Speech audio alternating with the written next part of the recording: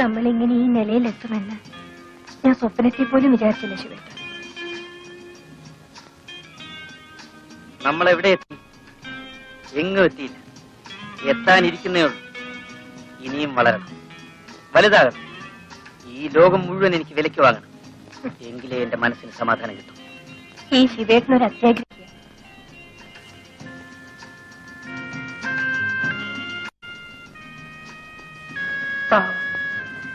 രുക്മിണി ചേച്ചിയുടെ സ്ഥിതി എന്താണോ? അതൊന്നും ഓർക്കരുത്. ഓർത്താൽ നമ്മുടെ സ്വസ്ഥത നഷ്ടപ്പെടും. അവൾ എങ്ങനെങ്കിലും ജീവിക്കും. മറ്റുള്ളവരെങ്ങനെ ജീവിക്കുന്നു എന്നല്ല നമ്മൾ നോക്കേണ്ടത്, നമ്മൾ എങ്ങനെ ജീവിക്കും എന്നാണ്. ശിവേട്ടൻ ഇത്ര സ്വാർത്ഥനാണോ? സ്വാർത്ഥനാകാത്ത ഒരുത്തന് ഈ ഭൂമി ജീവിക്കാനൊക്കില്ല.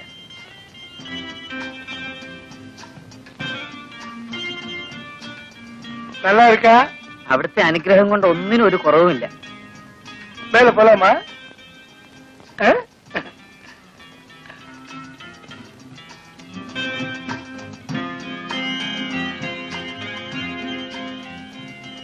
ഉക്കാരപ്പയ്യ. എടാ ശിവു, നീ ഇനി അങ്ങ് മലയാളത്തിൽ പറഞ്ഞേച്ചാ മതി. എടാ കൊച്ചനെ, ഞാൻ പാലാക്കാരൻ മത്തായിയ. കുഞ്ഞുനാളിലെ വീട്ടിൽ നിന്ന് ഒളിച്ചോടി പോയതാ. ഒരു ജോലി അന്വേഷിച്ച് പല സ്ഥലത്തും നടന്നു. ഒരു ജോലിയും കിട്ടിയില്ല. അവസാനം മദിരാശിയിലെത്തി സിനിമാ നടനായി. ശ്രീരാമ വിജയത്തിലെ നായകനായിട്ട് അഭിനയിച്ചു. ഹനുമാന്റെ വേഷം. പടം 100 ദിവസം ഓടി. നല്ല പേരും കിട്ടി. പക്ഷെ എന്നെ ആർക്കും അറിയാൻ വയ്യ. കാരണം എന്താന്ന് വെച്ചാൽ ഹനുമാന്റെ മോന്ത വെച്ചല്ലേ അഭിനയിച്ചത്.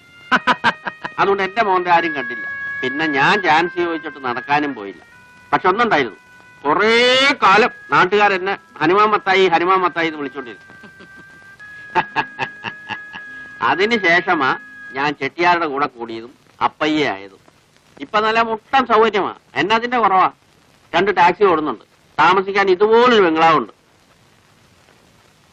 പക്ഷെ ഇതൊക്കെ ഉണ്ടാക്കുന്നത് ആർക്ക് വേണ്ടിയാ? ആദ്യം പണം ഉണ്ടാക്കണം അപ്പയ്യ, ഇഷ്ടം പോലെ പണം. എന്നിട്ട് ആലോചിക്കാം അത് ആർക്ക് കൊടുക്കണമെന്ന്. സ്നേഹിക്കാൻ ആരെങ്കിലും വേണ്ടേ? അന്നുണ്ടാകും, ഞാനുണ്ടാക്കും. സ്വാഫി, ഇങ്ങ വേറെ ആരാവത് വരുന്നുണ്ടാ? എന്നാ തവറ ഇവിടെ വേറെ ആര് വരാനാ? ശിവൻ വേറെ ആരാവത് അയച്ചിട്ട് വരുന്നുണ്ടാന്ന്? ഇല്ല മുതലാളി, ഇങ്ങ വേറെ ആരും வரக்கூடாது. நான் மட்டும்தான் வரலாம். நான் மட்டும். அப்படி வேற யாராவது வரக்கூடியிருந்தா அவங்க தரக்கூடிய பணத்தை உனக்கு சிவனுக்கும் தானே. ഇവിടെ ആരും വരില്ല മുതലാളി. മുതലാളി അല്ലാതെ ശിവേട്ടന് ഇവിടെ ആരെയും പരിചയമില്ലല്ലോ. எனக்கு மட்டுமா இருக்கிற பொண்ணுதான் எனக்கு தேவை. என் அன்பா இருக்கணும், என் தேவைகள் எல்லாம் பார்க்கணும். அந்த மாதிரி ஒரு பொண்ணுதான் எனக்கு தேவை. അതിനൊക്കെ അങ്ങേക്ക് അങ്ങയുടെ ഭാര്യയില്ലേ? ഭാര്യ இருக்கு. அந்த மாதிரி நிறைய பேர் இருக்கு. பட் ஆர்ட்ட இருந்தும் நான் நினைக்கிற மாதிரி அன்பு கிடைக்கல.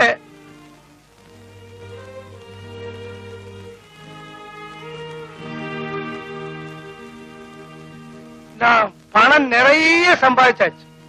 ஆனா பணம் கொடுத்து அன்பு விலைக்கு வாங்க முடியாதுன்னு எனக்கு இப்பதான் புரிஞ்சது. அது புரியறதுக்கு இவ்வளவு நாளாச்சு. Too late.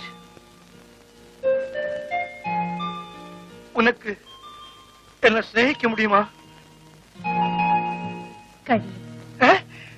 முடியுமா?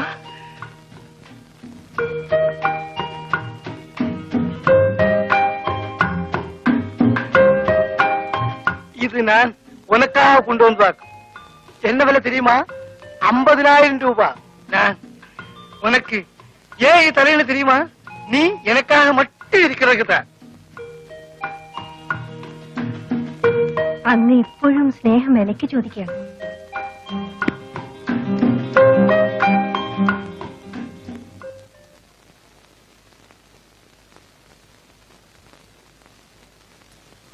എടാ ശിവ, അവൻ ഈ ചെട്ടിയാലി പോയിട്ട് കാണുന്നില്ലടാ.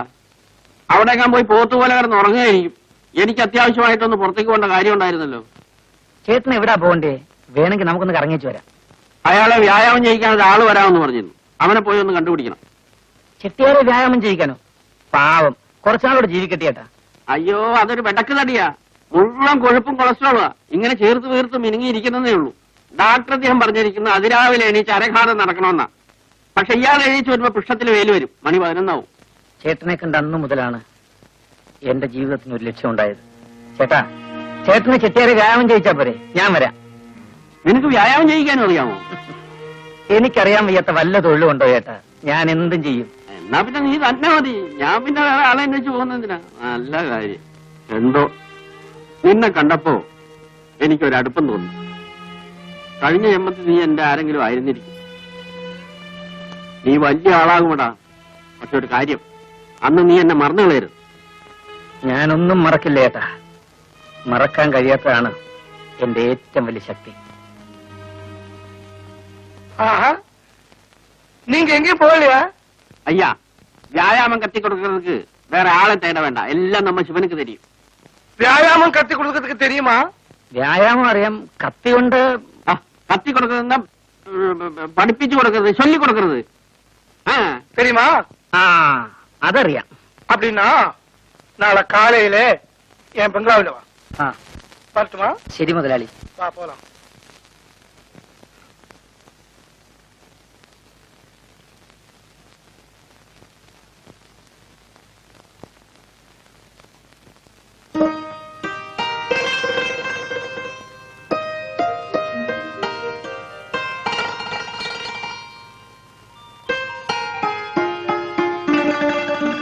ചെട്ടിയാര് തന്നതാ. നിന്നെ എനിക്ക് കിട്ടിയത് എന്റെ ഭാഗ്യമാണ്. ഇവിടെ മറ്റാരും വരരുതെന്നാണ് ചെട്ടിയാര് പറയുന്നത്. ഞാൻ അയാളുടെ മാത്രം സ്വന്തമായിരിക്കണമെന്ന്. നീ അത് സമ്മതിച്ചില്ലേ? സമ്മതിച്ചു. അങ്ങനെ പറയാവൂ. പക്ഷേ ഇയാളെക്കാട്ടിലും വിലയുള്ള ചിട്ടയാരെ കിട്ടിയാ നമ്മൾ അയാളെ സ്വീകരിക്കും. നമുക്ക് ജീവിക്കാനുള്ള പണമായാൽ ഈ തൊഴിൽ നിർത്തണം ശിവേട്ട. അത് ശരിയാ, ഞാനും അത് ആലോചിക്കുന്നുണ്ട്. പക്ഷേ അതെന്നാ? എന്നായാലും അന്ന് ശിവേട്ടനെ ഉപേക്ഷിക്കാതിരുന്നാ മതി. രുക്മിണി ചേച്ചിയെ ഓർക്കുമ്പോ എനിക്ക് ശിവേട്ടനെ പേടിയാ. ഇല്ല സോഫി, നിന്നെ അങ്ങനെ ഉപേക്ഷിക്കാൻ എനിക്ക് കഴിയില്ല. നീ എന്നും എന്റെ കൂടെ ഉണ്ടാവും. സത്യമാണോ ശിവേട്ട?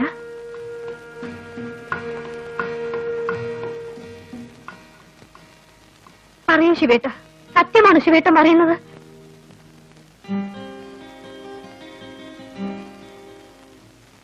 നീ ഒരു മണ്ടിയാണ്. கருப்பையா, அந்த தர்வான் வந்திருக்கா? தர்வான், அந்த கருப்பையா வந்திருக்கா? கமலு, சீக்கிரம் காப்பி உண்டோம்மா.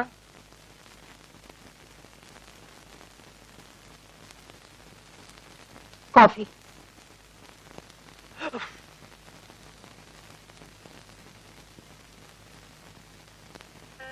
யாரு? சிவனா? வா வா.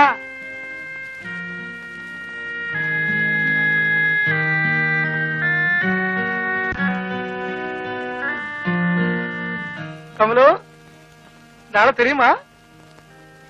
இவர்தான் சிவன். ஒரு நாளைக்கு அப்பையாவை தேடி இங்க வந்தீங்க இல்ல? ഓ അതെ. கமலு ரொம்ப திறமைசாலி, புத்திசாலி. எனக்கு வியாயாமம் கத்தி கொடுக்கறதுக்கு வந்தேன். வா, பின்ன மேல போலாம். வா.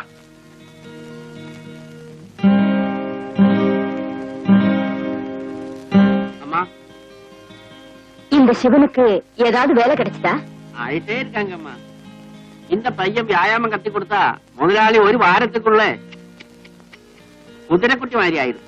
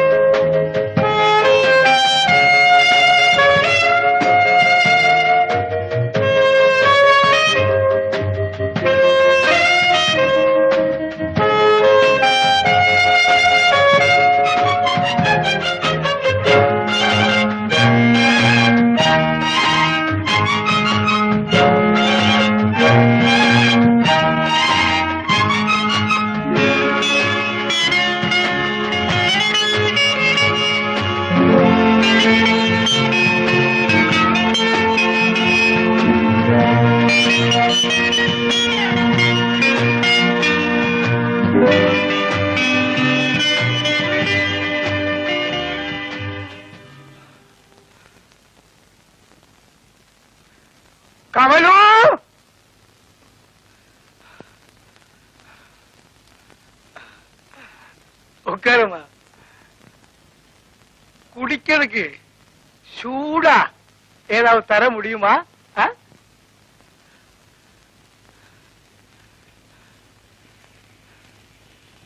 முருகா,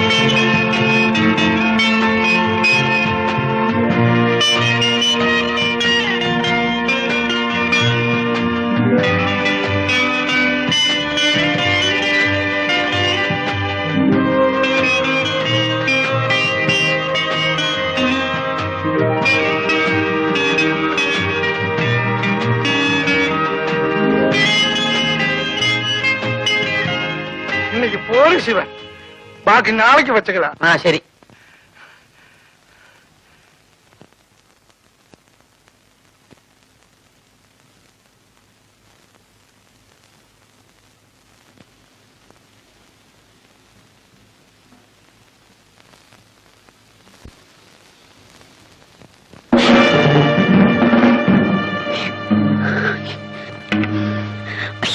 யாராவது பார்த்தா? ഓ, അപ്പോ വല്ലവരും കണ്ടാലേ കുഴപ്പമുള്ളൂ. കമലു,